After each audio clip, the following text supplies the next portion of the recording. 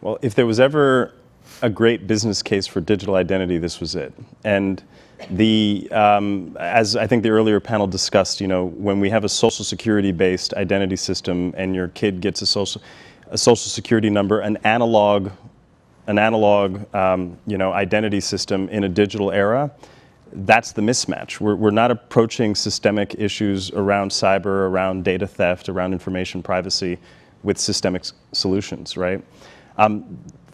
Flashback to just before the takeoff of e-commerce, many people were afraid of buying online because of people stealing their money and fraud and these types of issues. And when the banks said collectively, you, the consumer, have a zero liability proposition, e-commerce took off. And I think we have to confront cyber risk with similar big thinking that starts to address, at least at the consumer and the middle market level, this kind of zero liability proposition. Both our legal system, our regulatory environment, we're using really blunt force instruments to attack a pretty sophisticated risk.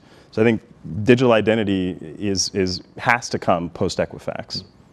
Eva, any thoughts on that? Well, there have been a lot of different discussions on, do we completely get rid of the social security number and issue another identifier, which is absolutely the wrong way to go. We are just creating the same problem that we've already had. As you said, it's a static number. It's ever changing. It's a good identifier. It's not a good authenticator. And so in my mind, we need to be looking at adding, and this is where the privacy and security conundrum come into play. What's the saying? The tree of security is watered by the blood of privacy. And I'm really starting to realize that even more, because we can go ahead and keep the social security number system as it is, but pretending that this is a secret is just silly. It's not a secret to anybody.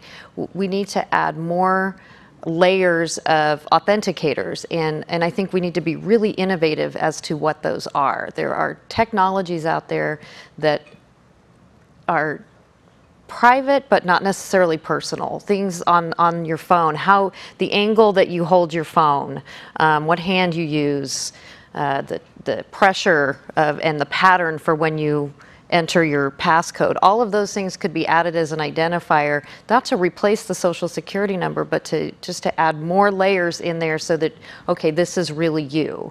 So no, I don't think we should completely get rid of it and take away more pieces. I mean, doesn't that just make it easier? I'm using 5 pieces of data to authenticate you. Well, now you can only use 4. Well, it totally makes sense. I mean, we're telling people they have to change their passwords and they have to make them complex. And that the password is not enough, that you have to have two-form factor authentication. But our very most fundamental password that everyone in the United States has never changes and is a single password.